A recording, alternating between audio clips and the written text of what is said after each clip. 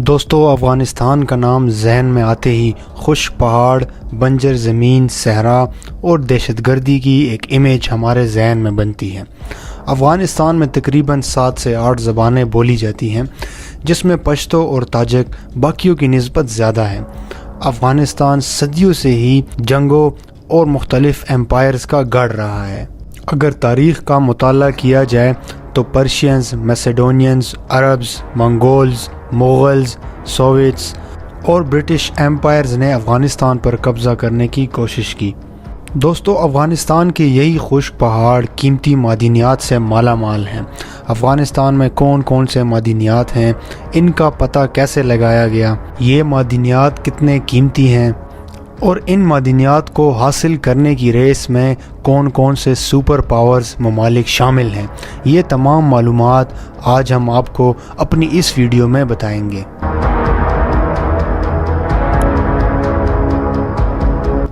دوستو، 2001 میں 9/11 واقعے کے بعد یو ایس اور اس کے اتحادیوں نے افغانستان میں اپنی فوجیں بھیجنے کا اعلان کیا۔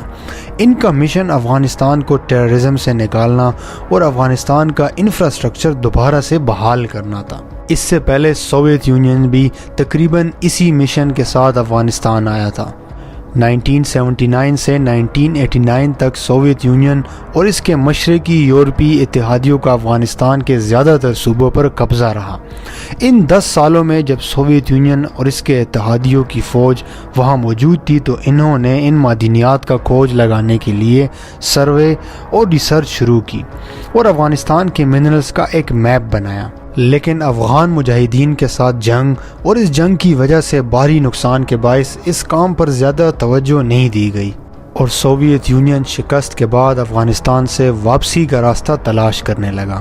2001 میں امریکہ نے افغانستان میں کنٹرول سنبھالتے ہی سوویت یونین کی ہی ریسرچ اور سروے سے بنائے گئے ان میپس کے ذریعے افغانستان کے پہاڑوں میں چھپے منرلز کی تلاش دوبارہ شروع کی۔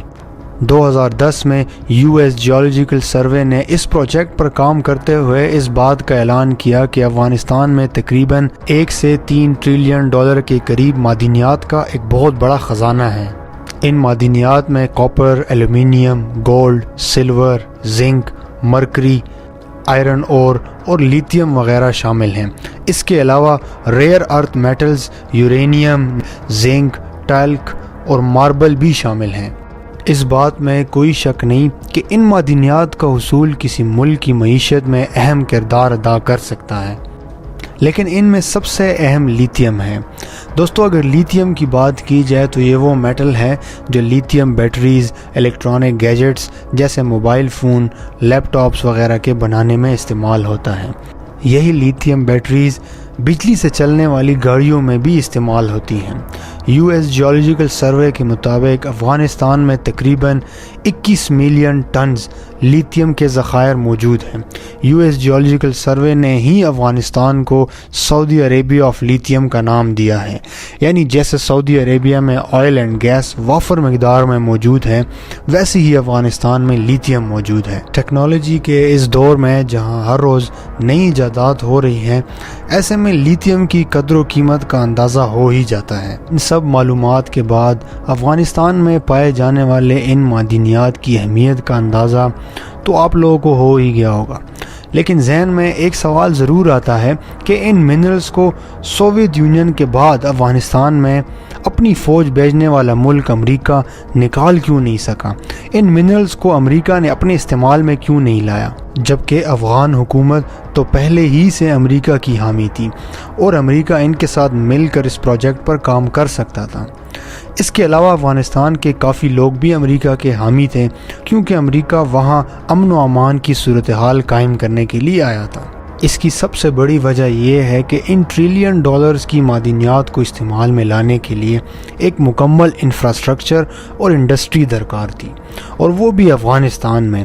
امریکہ پہلے ہی افغانستان میں طالبان کے خلاف 20 سال سے جنگ لڑ رہا تھا، اور اس جنگ میں وہ $1000 بلین کا نقصان کر چکا ہے۔ اب مزید نقصان برداشت کرنے کے لیے تیار نہیں تھا، اس لیے امریکہ نے افغانستان میں ان منرلز کی وجہ سے مزید انویسٹ کرنے کے بجائے وہاں سے نکلنے کا راستہ تلاش کرنے پر ترجیح دی۔ لیکن چائنا، جو کہ افغانستان میں طالبان حکومت کا حامی ہے اور سپٹمبر 2021 میں طالبان کے لیے $31 ملین کی امداد کا بھی اعلان کر چکا ہے، ان منرلز کی ایکسٹریکشن میں خاصی دلچسپی رکھتا ہے۔ سال 2007 میں ایک چائنیز فرم چائنا میٹلرجیکل گروپ کارپوریشن نے افغانستان حکومت کے ساتھ ایک ڈیل سائن کی، لیکن سیکیورٹی وجوہات کی بنا پر اس پر کام نہ ہو سکا۔ لیکن یہ سب چیزیں اس بات کی نشاندہی کرتی ہے کہ چائنا کی افغانستان کے منرلز پر نظر ہے، اور ایسے میں جب طالبان کی ہی حکومت افغانستان میں ہے اور امریکہ افغانستان سے چلا گیا ہے تو چائنا کے لیے راستہ مزید ہموار ہو گیا ہے۔